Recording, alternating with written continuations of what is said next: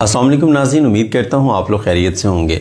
बहुत लोग सवाल करते हैं कि हकीम साहब हमने मोटा होना है, हम बहुत कमज़ोर हैं, गाल हमारे पिचके हुए हैं, हम सेहतमंद नज़र ही नहीं आते, बहुत खाते हैं, जिस्म को नहीं लग रहा।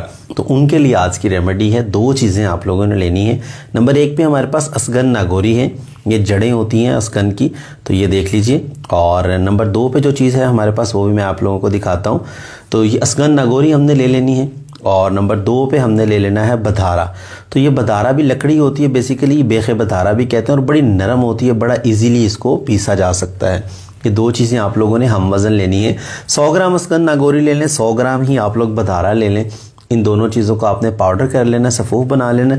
अगर इसके अंदर आप लोग मिश्री या चीनी ऐड करना चाहते हैं तो वो भी कर सकते हैं, वो भी 100 ग्राम ही ऐड कर लें इसके अंदर। इसके फ़ायदे अगर आप लोगों को बताऊं, एक तो आपके मसल्स को गेन करेगा। मार्केट में बहुत सारी चीज़ें मिलती हैं वज़न बढ़ाने के लिए, बहुत बड़े बड़े पोस्टर लगे नज़र आते हैं आपको हकीमों की दुकानों पे कि सेहतमंद हो जाएं, वज़न बढ़ा लें, लेकिन उनमें बहुत ज़्यादा स्टीरॉयड का इस्तेमाल किया जाता है जो कि आपकी किडनी को फेलियर की तरफ लेके जाता है। तो खुदा के लिए उन चीज़ों का इस्तेमाल न किया करें। मैं हमेशा इन चीज़ों के ख़िलाफ़ रहा हूँ। आप ऐसी चीज़ें इस्तेमाल करें जो हर्बल हैं, ऑर्गेनिक हैं और आपको हेल्दी करें, ना कि आपको मोटा करें। अब कोई भी चीज़ ऐसी है जो आप इस्तेमाल करते हैं जो आपके जिस्म को मोटा करती है, तो लाजमी बात है उसके अंदर कोई ना कोई स्टीरॉयड का इस्तेमाल किया गया।